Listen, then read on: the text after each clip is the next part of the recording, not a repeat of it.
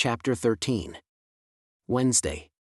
For 2 days, Wednesday had been the buzzword, the day on my doctor's lips when it came to describing my chances. As in, we hope to see some improvement by Wednesday. And now here Wednesday was, without so much as a glimmer of change in my condition. When can I see Dad? This question, the natural one for a 10-year-old whose father is in the hospital, had been coming from Bond regularly since I had gone into a coma on Monday. Holly had been fending it off successfully for 2 days, but on Wednesday morning, she decided it was time to address it. When Holly had told Bond, on Monday night, that I wasn't home from the hospital yet because I was sick, he conjured what that word had always meant to him, up to this point in his 10 years of life: a cough, a sore throat, maybe a headache. Granted, his appreciation of just how much a headache can actually hurt had been greatly expanded by what he'd seen on Monday morning. But when Holly finally brought him to the hospital that Wednesday afternoon, he was still hoping to be greeted by something very different from what he saw in my hospital bed. Bond saw a body that already bore only a distant resemblance to what he knew as his father. When someone is sleeping, you can look at them and tell there's still a person inhabiting the body. There's a presence.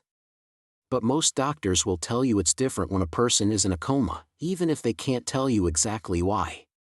The body is there, but there's a strange, almost physical sensation that the person is missing. That their essence, inexplicably, is somewhere else. Eben and Bond had always been very close, ever since Eben ran into the delivery suite when Bond was only minutes old to hug his brand new brother. Eben met Bond at the hospital that third day of my coma and did what he could to frame the situation positively for his younger brother. And, being hardly more than a boy himself, he came up with a scenario he thought Bond would be able to appreciate: a battle. "Let's make a picture of what's going on so Dad will see it when he gets better," he said to Bond. So on a table in the hospital dining area, they laid out a big sheet of orange paper and drew a representation of what was happening inside my comatose body. They drew my white blood cells, wearing capes and armed with swords, defending the besieged territory of my brain. And, armed with their own swords and slightly different uniforms, they drew the invading E. coli. There was hand-to-hand combat, and the bodies of the slain on both sides were scattered about. It was an accurate enough representation, in its way. The only thing about it that was inaccurate, taking into account the simplification of the obviously more complex event going on inside my body, was the way the battle was going.